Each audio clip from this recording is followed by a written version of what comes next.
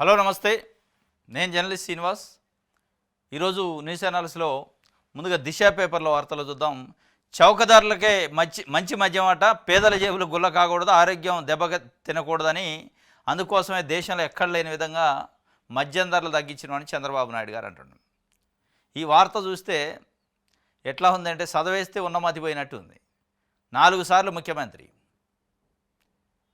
పేదలకి మంచి చౌకదారులకే మంచి విద్యని, మంచి వైద్యాన్ని అందించమని ప్రభుత్వాన్ని ఎన్నుకుంటాడు. అలా పేదలకి చౌకదారులకే మంచి మద్యం వేస్తా, ఒకవైపు మంచి మద్యం ఇస్తానంటున్నాం, విద్య లేదు, వైద్యం లేదు, కరెంటు బిల్లు పెరుగుతాయి, రిజిస్ట్రేషన్ ఛార్జెస్ పెరుగుతాయి. మరి వీటిపైన మళ్ళీ పేదలపైన భారం పడకూడదని చౌకదారులకి మంచి మద్యాన్ని అందిస్తానా అంటుండు. మరి ఇవన్నీ కరెంటు బిల్లు పడవచ్చా, రిజిస్ట్రేషన్ ఛార్జెస్ పడవచ్చా, హౌస్ ట్యాక్సులు పడవచ్చా? వీటన్నిటిలో పేదలపైన భారం వేసి ఇక్కడికి వచ్చి వాళ్ళకి పేదలపైన భారం తగ్గించిన నేను మందు బాగా తాగండి, నా ప్రభుత్వానికి ఆదాయం పెంచండి అనే విధంగా ఈ వ్యవహారం ఉంది. అందుకే చదివేస్తే ఉన్నమతిపోయినట్టు అయింది. 4 సార్లు ముఖ్యమంత్రి, కొత్త ఆయన కాదేనా. ఎవడడిగింది నిన్ను చౌకదారులకే మంచి మద్యం ఇవ్వని? ప్రజలు అడిగారా? మహిళలు అడిగారా? ఎవడో తాగుబోతులోడు, అంటే తాగుబోతుల కోసం ఉంది మీ ప్రభుత్వం. చౌకదారుల కాడ మంచి మద్యం వేస్తారట, అందుకే దేశంలో ఎక్కడా లేని విధంగా నేను తగ్గించిన అంటున్నాను.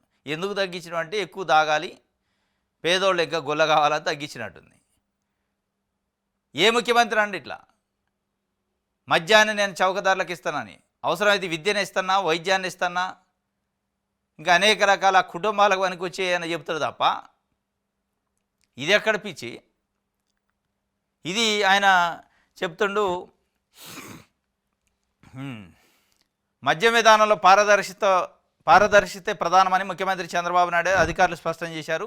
ఈ అంశంపై ఎలాంటి రాజీ లేదని తేల్చి చెప్పారు. దీంట్లో రాజీ ఉండదు, మీకు ఫుల్లు దాగించాలి. పదే ఈ మధ్యకాలంలో చంద్రబాబు నాయుడు గారు ఆయనకి మద్దతు ఇస్తున్న పత్రికలు చెప్తా ఉన్నాయి, మద్యంలో ఆదాయం పెరిగింది గతంలో కంటే. చాలా అద్భుతాలు సాధించిండు చంద్రబాబు నాయుడు గారు, ఆదాయాన్ని పెంచిండు. ప్రజలట మద్యాన్ని దాగి ప్రభుత్వానికి ఆదాయాన్ని సమకూరుస్తున్నారని రాస్తున్నారు ఆంధ్రజ్యోతి, ఈనాడు లాంటి పత్రికలు. కొంచెం అన్న ఉండాలా. మద్యంలో ఎంత ఆదాయం పెరుగుతుందంటే అంత ప్రభుత్వం పేదలపైన దాడి చేస్తున్నట్టు.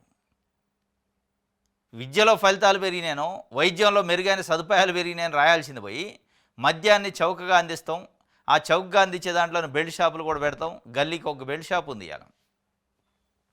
ఇక్కడ కూర్చొని చంద్రబాబు నాయుడు గారు బెల్ట్ తీయండి, తాట తీస్తా, బెల్ట్ తీస్తా అని చెప్తారు. వాళ్ళు బెల్ట్ తీస్తూనే ఉన్నారు. తెలుగుదేశం పార్టీ కార్యకర్తలు, నాయకులు బెల్ట్ తీసి అక్కడ గారు బెల్ట్ షాపులు పెట్టిస్తారు. మీరు ఒకవైపు ఏమో అది చేస్తారు, ఇంకొక వైపు ఆదాయం పెరిగిందంటే పెరక్కి ఏం చేస్తారు, గల్లీకి ఒక బెల్ట్ షాప్ పెట్టి 99 రూపాయలకే క్వార్టర్ అట.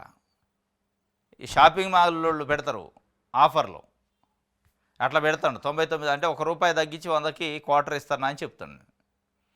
అంటే మీరు కేవలం మద్యం తాగించడానికి, ప్రజలకు మద్యంలో సౌకర్యాలు కల్పించడానికి ఎన్నికైనట్టుంది. విద్యా వైద్యాన్ని గాలికూలేశారు కంప్లీటు. ఇది నకిలీ బ్రాండ్తో ప్రజల ఆరోగ్యం ఖరాబు కావద్దు, మార్కెట్లో ఉన్న ప్రముఖ బ్రాండ్లు అన్నింటిదండి అవసరమైతే అని చెప్పి నిన్న ఎక్సైజ్ డిపార్ట్మెంట్ పైన సమీక్ష జరిగింది. దాంట్లో చెప్తుండు.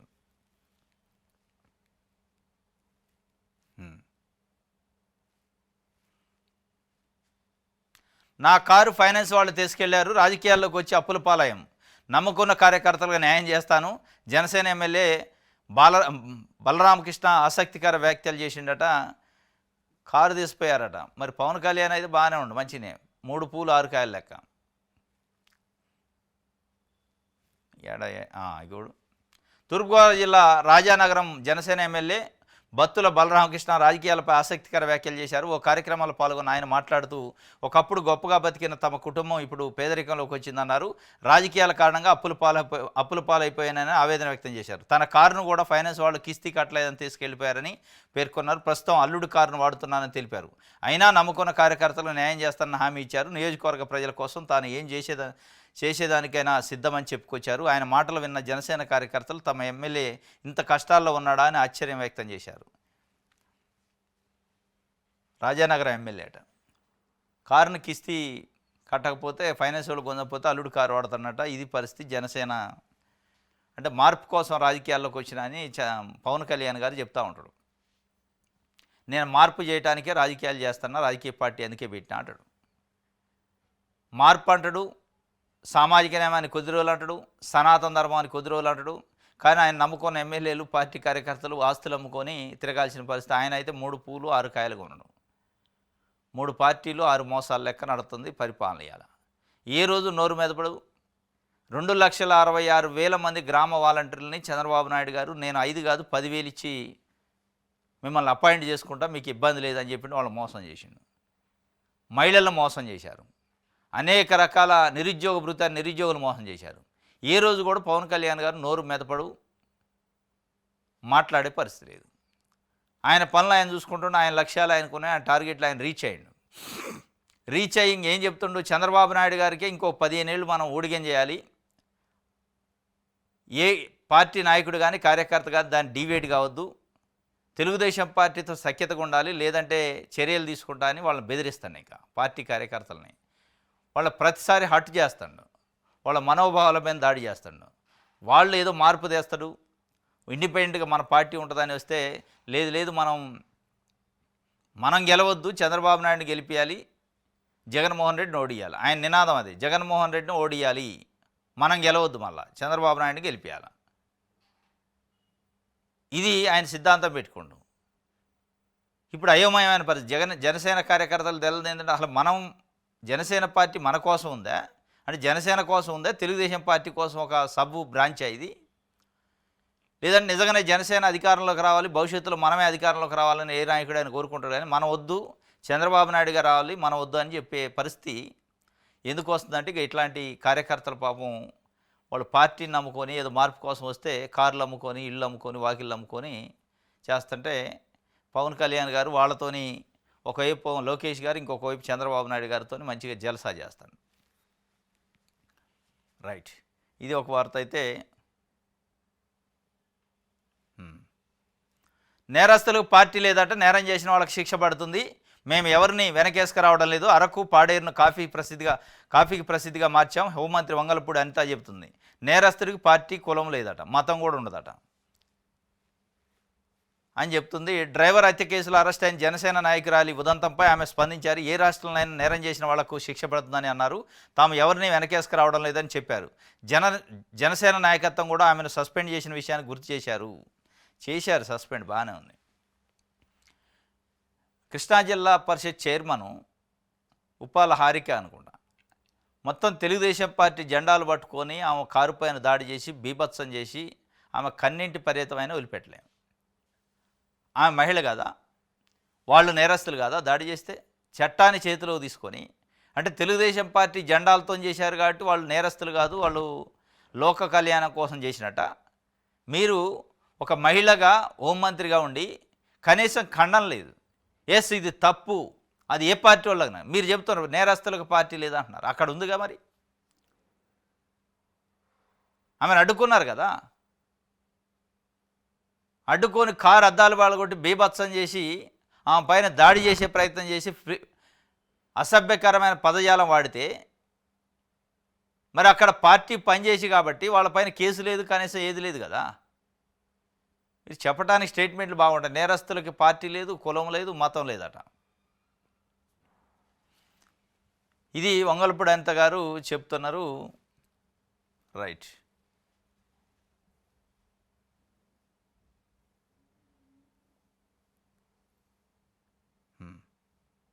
ఈనాడు పేపర్. నేరం ఇక్కడ బ్యాకప్ దుబాయ్లో ఉంది. మద్యం ముడుపుల లెక్కలన్నీ అక్కడ డెన్లో భద్రం.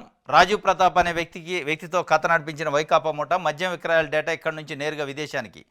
భారతదేశంలో బ్యాకప్ లేకుండా జాగ్రత్త పడిన మద్యం గ్యాంగు సిట్ దర్యాప్తులో డెన్ను దాని వివరాలు గుట్రట్టు.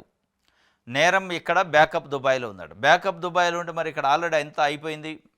డ్రైవ్ని రిస్టోర్ చేశారు, బ్యాకప్ చేశారు, మొత్తం వచ్చేసింది ఇన్ఫర్మేషను అని నిన్న రాసింది ఆంధ్రజ్యోతి పేపర్లో. ఆంధ్రజ్యోతి ఈనాడు పని కట్టుకొని అనుకోని రాస్తే ఏం పాడో మద్యం కుంభకోణం దర్యాప్తు చేస్తున్న సిట్టోళ్ళు కూడా చెప్పట్లే, అంతకంటే అద్భుతంగా చెప్తున్నారు. సిట్ దర్యాప్తు చేస్తున్న సిట్ అధికారులు కూడా ఇగో ఈరోజు ఇది జరిగింది, ఈరోజు ఇది జరిగింది, ఇది కనిపెట్టినాం, ఇగో ఇన్ఫర్మేషన్ వచ్చింది, ఈ సాక్ష్యాలు సేకరించడం అని చెప్పట్లే. వీళ్ళే సాక్ష్యాలు, వీళ్ళే వాంగ్మూలాలు, వీళ్ళే పెన్ డ్రైవ్లు, వీళ్ళే ఎరేజ్ చేసిన ఇవన్నీ చెప్తారు. ఇన్ఫర్మేషనే లేదు. 3.5 లక్షల కోట్ల పేజీలని ఎరేజ్ చేశారు, మద్యం కుంభకోణంలో లేదు సమాచారం 0 అని చెప్పిండు. ఇదే ఈనాడు పేపర్. మళ్ళీ ఇలా డెన్లో మొత్తం గుట్టురట్టు అయిందంటే బ్యాకప్ వచ్చింది అంటున్నారు. దుబాయ్లో ఉందట డెన్. ఒకరోజు దుబాయ్ అంటారు, ఒకరోజు పులివెందులు అంటారు, ఇంకో రోజు ఢిల్లీ అంటారు, ఇంకో రోజు హైదరాబాద్ అంటారు, ఇంకో రోజు అమరావతిలోనే తాడేపల్లి పక్కన ఏదో బిల్డింగ్ తీసుకొని డబ్బులన్నీ అందులో దాచినట్టు. మరి ఇవన్నీ ఎడిపోయినాయి తీసుకొచ్చి ప్రజల ఖాతాలు అయితే పోదు కదా. ఏడాది జరిగింది ఆడిట్ జరిగింది అంటున్నారు కానీ ₹1 వచ్చి ప్రజల ఖాతాలో జమ అయింది లేదు. 3,500 కోట్ల రూపాయలు మద్యం కుంభకోణం జగన్మోహన్ రెడ్డి గారు చేసిండు అని చెప్తున్నారు. తీసుకొచ్చి 3,500 కోట్లు కాదు 350 కోట్లన్న ప్రజల అకౌంట్లో ఇస్తే దేనికన్నా ఉపయోగపడతాయి కదా. ఖజానాలో ₹1 వచ్చింది లేదు కానీ పుంకాలు వార్తలు అయితే ఉన్నాయి. మరి ఇది నిజమెంత అబద్ధం ఎంత అంటే సిట్టోళ్ళు బయటకు వచ్చి ఒక మాట చెప్పట్ల ఈనాడు ఆంధ్రజ్యోతి తప్ప. మొత్తం దుబాయ్కి ఇప్పుడు దుబాయ్కి కలిపారు దీన్ని, ఇష్యూని దుబాయ్కి చుడుతున్నారు అనమాట. రైట్, ఇది ఈనాడుకి సంబంధించి. ఆంధ్రజ్యోతి చూద్దాం. ఆంధ్రజ్యోతిలో ఢిల్లీకి బనకచర్లాట. రేపు చంద్రబాబు రేవంత్తో కేంద్ర జలశక్తి మంత్రి భేటీ అవుతాడు. నేడు ఢిల్లీకి చంద్రబాబు పోతుండు, రేవంత్ రెడ్డి కూడా పోతాను తెలంగాణ ముఖ్య. ఢిల్లీకి బనకచర్ల పోలే, బనకచర్లనే ఉంది. ఢిల్లీకి ముఖ్యమంత్రులు పోతుండ్రు. ఇద్దరు ముఖ్యమంత్రులు పోయి ఆడ కూర్చొని మాట్లాడతారట. ఏం చేద్దాం బనకచర్లని, ఏం చేసేది ఉండదు. ఈయన రేవంత్ రెడ్డి గారు గతంలోనే ప్రకటించిండు, నా స్కూల్ బీజేపీలో కాలేజం తెలుగుదేశం పార్టీ చంద్రబాబు నాయుడు గారు కాలేజీ గురువు, స్కూల్ గురువే మోడీ అని చెప్పిండు. ఈ గురువు కాడ కూర్చొని ఏం మాట్లాడతాడైనా, ఈయన మాట్లాడేది లేదు, ఆడ వచ్చేది లేదు. వీళ్ళు ఒక ఎజెండా లేదు. ఇద్దరు రాష్ట్రాల ముఖ్యమంత్రులు పోయి మాట్లాడతామంటే తెలంగాణ ముఖ్యమంత్రి కానీ ఏపీ ముఖ్యమంత్రి, మరి ఏపీ ముఖ్యమంత్రి అయితే వ్యాప్కోస్ వాళ్ళతోనంతా డేటా తెప్పించుకోండు, సిడబ్ల్యూసీకి ఎవరిని ఇవ్వడానికి ఒక ప్రయత్నం, ఒక డేటాని సమాచారాన్ని సేకరించాడు. తెలంగాణ ముఖ్యమంత్రి అయితే ఏం లేదు, ఏం సమాచారం లేదు, ఏం ఢిల్లీ అయితే పోతుండట. మరి అడిగి పోయి ఏం మాట్లాడతారు, బనకచర్లను ఎట్లా అపోజ్ చేస్తుండు, కారణాలు ఏంటి అనేది ఆయన ఎక్కడ చెప్పట్లే. అసలు ఆ బనకచర్ల భారం తప్ప వరం కాదు అని ఈనాడు ఆంధ్రజ్యోతి లాంటి పేపర్లు కూడా రాస్తాయి. తెలుగుదేశం పార్టీని మోసే పత్రికలు కూడా బనకచర్ల భారమా వరమా అంటే భారమానే రాస్తున్నాయి. 81,000 కోట్ల రూపాయలతోని ఈరోజు ఒక 4 నుంచి 5,000 కోట్ల రూపాయలు పెడితే అందిరినివా నగరి ఈ ప్రాజెక్టులో పెండింగ్లో ఉన్న కాలువలు అవన్నీ దొవితే ఆయకట్టు పెరిగిద్ది, సాగునీరు వస్తుంది రాయలసీమకి. అది వదిలిపెట్టి 4-5 కోట్లతోనే కొన్ని లక్షల ఎకరాలు నీరు ఇచ్చే కార్యక్రమాన్ని వదిలిపెట్టి 81,000 కోట్ల రూపాయలు ఫాజిబిలిటీ లేని ప్రాజెక్టుని పెట్టుకొని దేనికోసం చేస్తాడంటే కమిషన్ల కోసం, కాంట్రాక్టుల కోసం చేస్తాడు అని సిపిఐ పార్టీకి సంబంధించిన సీనియర్ నాయకుడు నారాయణ చెప్పిండు. ఇలా అదే కనపడుతుంది. ఆంధ్రప్రదేశ్లో ఉన్న మేధావులు, ఆంధ్రప్రదేశ్లో ఉన్న అనేక వర్గాల ప్రజలు, నాయకులు, ప్రజా సంఘాలు చెబుతున్నాయి బనకచర్ల భారము. బనకచర్లనే ఆంధ్రప్రదేశ్ ప్రభుత్వం, చంద్రబాబు నాయుడు గారి ప్రభుత్వం ప్రజలపైన భారంగా బలవంతంగా రుద్దుతుంది. ఇది ఒక పనికిరాని ప్రాజెక్టు, ఉపయోగపడే ప్రాజెక్టు కాదు. దీని బదులు పోలవరాన్ని పూర్తి చేయండి. దీని బదులు రాయలసీమలో ఇప్పుడు పెండింగ్ ఉన్న అందరినివా కానీ, నగిరి కానీ ఇట్లాంటి ప్రాజెక్టులను తెలుగుగంగా కానీ దానికి సంబంధించిన చిన్న చిన్న వర్కులు చేస్తే 4-5 కోట్ల ఖర్చు పెడితే కొన్ని లక్షల ఎకరాలు సాగులోకి వస్తుంది.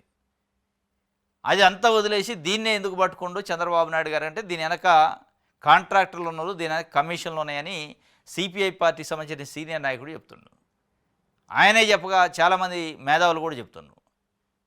ఇక దీనిపైన చంద్రబాబు నాయుడు గారు, రేవంత్ రెడ్డి గారు కూర్చొని ఏం డిస్కస్ చేయాలా, ఇది ఒక పనికిరాంది భారమయ్యే ప్రాజెక్టు, దీనికోసం ఏంది తపన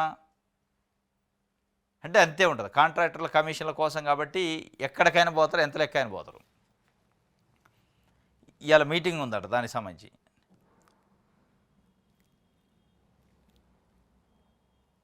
రైట్,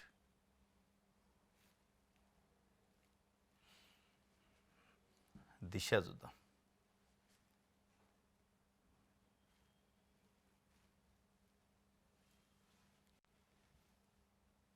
ఆంధ్రప్రభ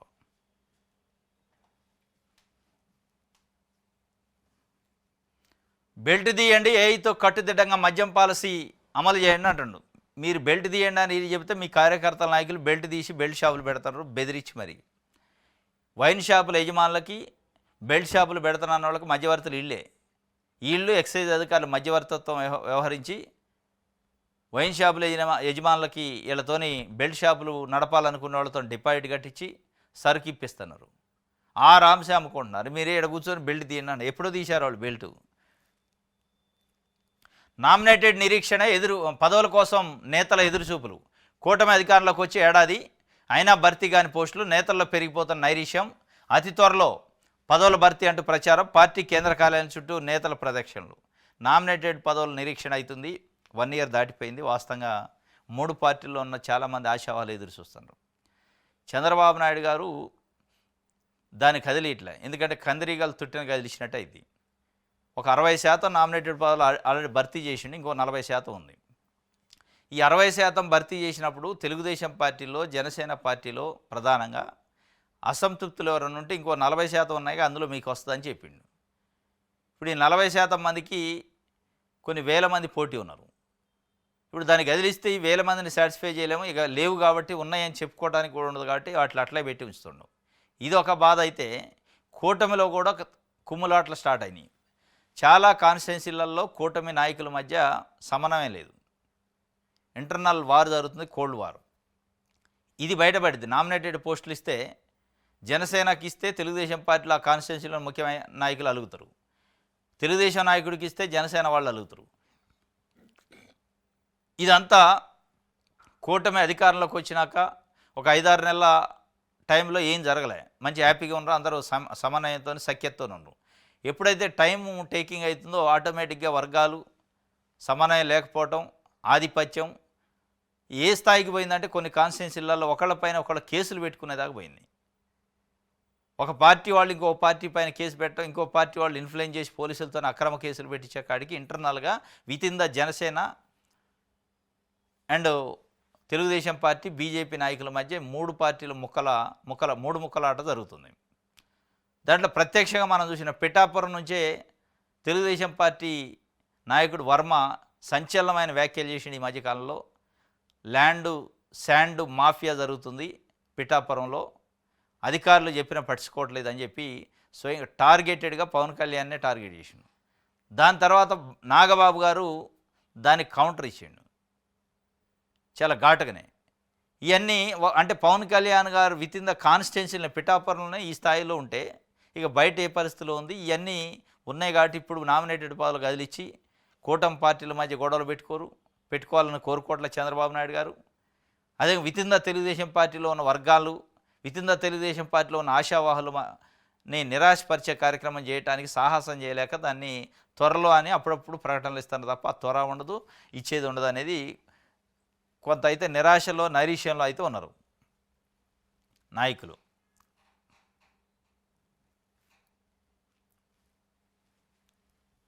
రైట్, విషయాలు అందరూ. గోవా గవర్నర్గా అశోక్ గజపతిరాజు, హర్యానాకు అసీమ్ కుమార్, లడఖ్కు కవీందర్ గుప్తా ఉత్తర్వులు జారీ చేసిన రాష్ట్రపతి Draupadi Murmu, AP గర్వకారణమన్న CM Chandrababu.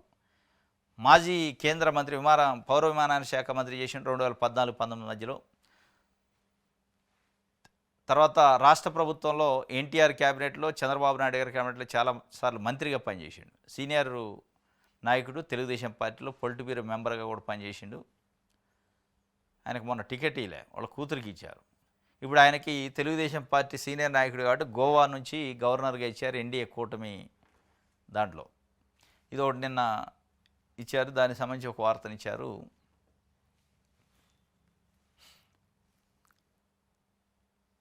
Right, నిరుద్యోగ భృతి ఏది, యువతకు ఉపాధి కల్పించాలి, హామీ అమలు చేయకుంటే ప్రత్యక్ష పోరాటం, కలెక్టరేట్ల వద్ద ఏఎస్ఎఫ్ నిరసనలు. నిరుద్యోగ భృతి ఏది, అది ఉండదు, అయిపోయి ఎన్నికలప్పుడు ఉంటుంది. అది ఇప్పుడు ఎందుకు ఉంటుంది, మళ్ళీ 2028లో ఉంటుంది. ఉంటే లెక్కలు తీయడానికి ఒక కమిటీ వేస్తారు. నిరుద్యోగులు ఎవరు ఎట్లా గుర్తించాలని ఒక కమిటీ వేసి ఆ కమిటీ అయ్యేటాలకు మళ్ళీ ఎన్నికలు వస్తాయి. ఇదే కదా ఎప్పుడు తంతు. లోకేష్ గారు, చంద్రబాబు నాయుడు గారు డప్పేసి మాట్లాడారు. ఏం మాట్లాడారు, 20 లక్షల ఉద్యోగాలు 5 సంవత్సరాలు ఇస్తాం, ఈలోపు ఉద్యోగాలు వచ్చే వరకు ప్రతి నిరుద్యోగికి నిరుద్యోగ భృతి 3,000 రూపాయలు ఇస్తాం ప్రతి నెల అన్నారు. దాని గురించి మాట్లాడలే కనీసం. 20 లక్షల ఉద్యోగాలు దేవుడు ఎరుగు. కనీసం మనం ఇస్తానన్న నిరుద్యోగులకి భృతి ఇస్తానన్న 3,000 రూపాయలు ఉద్యోగం వచ్చే వరకు అంటే దాని గురించి మాట్లాడే పరిస్థితి లేదు. ఇక నిరుద్యోగ భృతి ఏదని నిరుద్యోగులు రోడ్లు ఎక్కుతున్నారు కానీ దాన్ని పట్టించుకోవట్లే అసలు. రైట్, ప్రజాశక్తి చూద్దాం.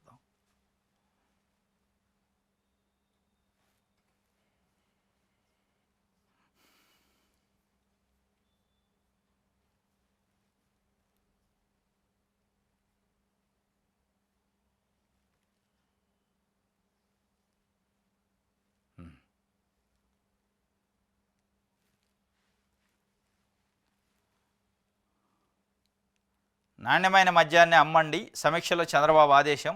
నూతన పాలసీతో ఆదాయం పెరిగిందని వెల్లడి. పర్యాటకం కోసం మైక్రో బ్రవరీలకు అనుమతి ఇచ్చిండట. నాణ్యమైన మద్యాన్ని అమ్మండి, మద్యం అయితే ఫుల్గా అమ్మండి కానీ నాణ్యాన్ని అమ్మండి అని చెప్పి చంద్రబాబు నాయుడు గారు చెబుతారు. నాణ్యమైన విద్య, నాణ్యమైన వైద్యం ఇస్తానంటలే, మద్యాన్ని అయితే నాణ్యమైంది అమ్మ అంటాడు. ఇది ఈరోజు న్యూస్ ఛానల్స్. రేపు తాజా వార్తలతో తిరిగి కలుసుకుందాం. Thank you.